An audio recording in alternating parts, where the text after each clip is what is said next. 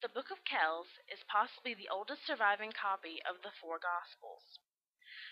There are two possible locations from which it can have originated: Iona, an island off Mull in western Scotland, or Kells in County Meath in Ireland. The monastery of Iona was founded in about 561 by St. Columba, who is traditionally attributed with the Book of Kells. In 807 he established a house of refuge at Kells to protect from Viking raids. The two monasteries at Iona and Kells were governed as a single community, and many believe the Book of Kells was written during this time. In 1007 the book was stolen, but was returned after about 3 months, while in 1653 the governor of Kells sent the book to Dublin for protection purposes.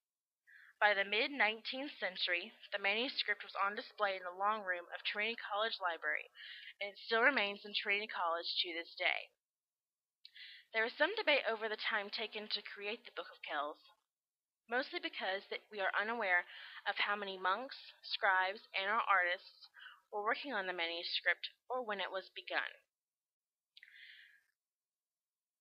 The manuscript was written on vellum, which is calf skin from which the hair has been removed, and then the skin has been stretched tight on a frame, which is then cut to size, and pages ruled with wooden or bone instruments by following prick marks already made.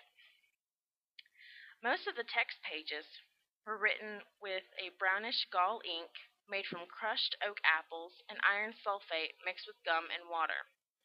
Also used on the Book of Kells were a black carbon ink made from lampblack or soot, blues from indigo, lapis lazuli, or woad, white from white lead and chalk, yellow from yellow arsenic sulfide, orange from red lead, organic mauves, maroons, and purples were also used.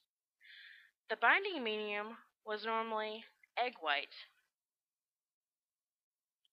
However, the book itself is too ornate for everyday use, so it is believed that perhaps it was made as a piece of altar furniture only to be used for special occasions, or it could have been commissioned for a specific event. The use of both biblical symbols and animals are found in the Pictish symbol stone carvings of Scotland and in the Book of Kells, though we are unaware of whether the stones influenced the book or the book influenced the stones. On text pages, the first letter of the verses was decorated possibly to help with legibility and to keep the pages uniform. The biblical decorations also acted as illustrations for those who could not read. It was also important that Christian icons be splendid enough to make an impression, and the decoration of the entire manuscript glorifies aspects of Christ's life and message and reflects principal elements of that life. There are also recurring images of Christ's birth, sacrifice, and resurrection. The book was used as a medium which conveyed the fundamental messages of Christianity to those who both could and could not read. Further decorations in the book were crosses, and the cross was an explicit reminder of Christ's passion and death, and countless crosses appear in this book. Also, many angels make an appearance in the manuscript. They were an unseen but spiritual presence and were with Christ at the most important times of his life on earth. Angels were also supposed to help make the mysteries of faith clear, but only for those who were prepared or willing to see it, which is possibly why many of the angels are obscurely placed, and you have to look very hardly for them. Full pages are also devoted to evangelistic symbols. All have wings and are framed in panels around crosses.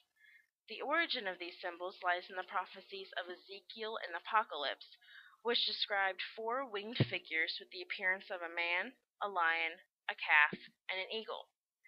However, these could also be symbols for the 4 stages of Christ's death.